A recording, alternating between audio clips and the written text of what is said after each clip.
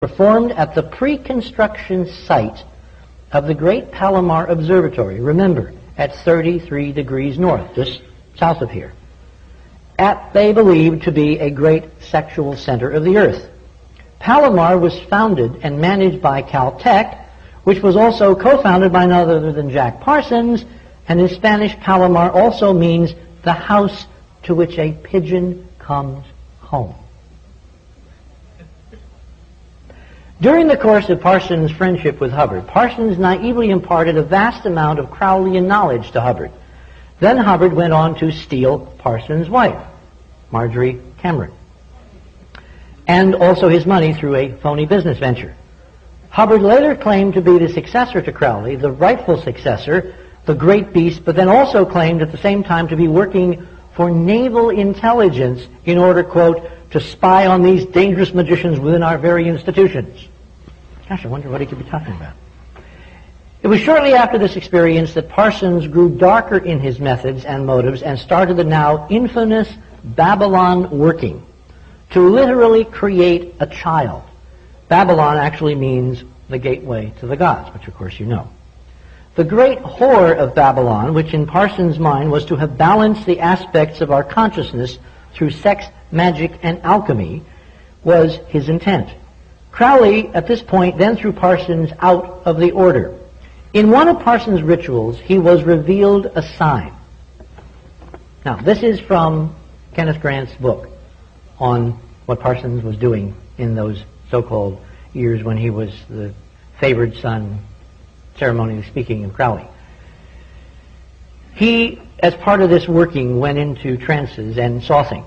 At the time he received Liber 49, Parsons could not have been aware of certain letters written by Frater Occid, and there's a footnote, which came to light after Parsons' death. In them, Occid expressed doubt as to Crowley's having uttered the word of the Aeon of Horus because, having identified himself with the beast, he was speechless, and in some inexplicable manner, not yet clearly understood, the Aeon of Horus itself has become merged with the wordless Aeon. In the book of Antichrist, Parsons wrote describing the Black Pilgrimage, which he ostensibly took in this working, quote, Babylon called on me again, and I began the last work, the work of the wand. And I worked for 17 days until Babylon called me in a dream in an astral working. Then I reconstructed the temple and began the Black Pilgrimage as she instructed. And I went into the sunset with her sign, and into the night past accursed and desolate places and cyclopean ruins. These are huge structures. And so came at last to the city of Chorazin. And there a great tower of black basalt was raised that was part of a castle whose further battlements reeled over the gulf of stars. And upon the tower was this sign, which of course is the sign of hyperdimensional physics, and the exact place on Mars where Crowley's successors at JPL have put Pathfinder down. The sign of none other than the tetrahedron in a sphere, the most representative symbol of the entire hyperdimensional physics model, which is replicated in many forms in the layout of the Martian complex at Cydonia, as well as on our own lunar surface in the lunar crater Oort, which is, of course, how we found the lunar ruins.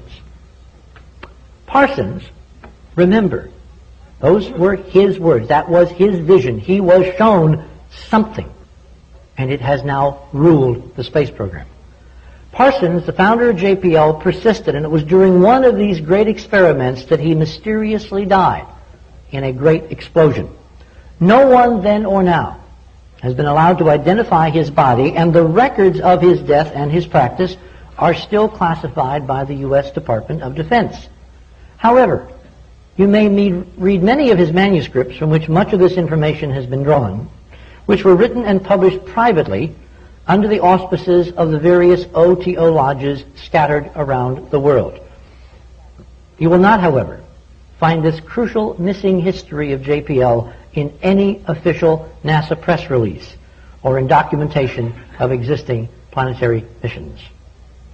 From the pen of both Crowley and Parsons before they died, their ultimate goal was stated as nothing less than immortality itself, to continue their practice beyond this earth, ultimately extending into the great temple of space itself, in order to once and for all make communion with the gods a reality for them and all mankind. Unfortunately, judging by the astonishing evidence now being leaked from Pathfinder, that ultimate magical reality seems to have survived their passing to be alive and well inside the current NASA, only now reserved for initiates and members of the club. While we, the guys who were paying for the practice with multi-million-dollar missions to the planets, have to extrapolate from metaphor, symbolism, deep allegory, and of course from Scooby-Doo and Yogi. Now that you have glimpsed part of the apparent reason for the systematic hiding of the real solar system NASA and JPL have systematically explored and discovered across more than 30 years, the little-known occult history of JPL and its founder, Jake Whiteside Parsons, it is equally essential that you grasp the hard, reproducible, physical evidence on which the current claim is made that Crowleyan magic is indeed alive and well inside JPL and possibly the rest of NASA. And I'm going to show you this, if I can find where I put it. Right? It's one of those things. Based on our decoding of this occult JPL tradition, Enterprise, over the last year, has apparently discovered a well-hidden pattern by which NASA has apparently been operating without knowledge of most of its non-initiated scientists or engineers for more than 30 years. This mission pattern, in turn, seems based on demonstrable Egyptian foundations in the Crowleyan occult.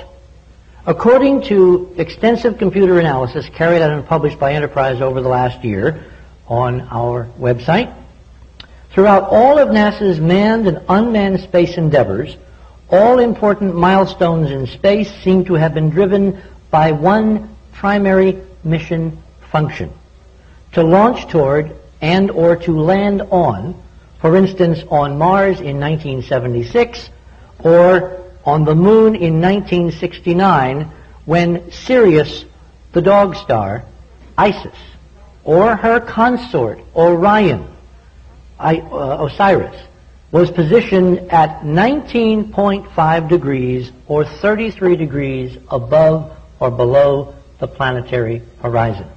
This is the time of landing, 33 minutes after Neil and Buzz set the lunar module at Tranquility Base on the Moon. Sirius was exactly at 19.5, at which point Buzz Aldrin broke out a chalice and a wafer and conducted a religious ceremony in the lunar module on the Moon, I strongly suspect to Isis.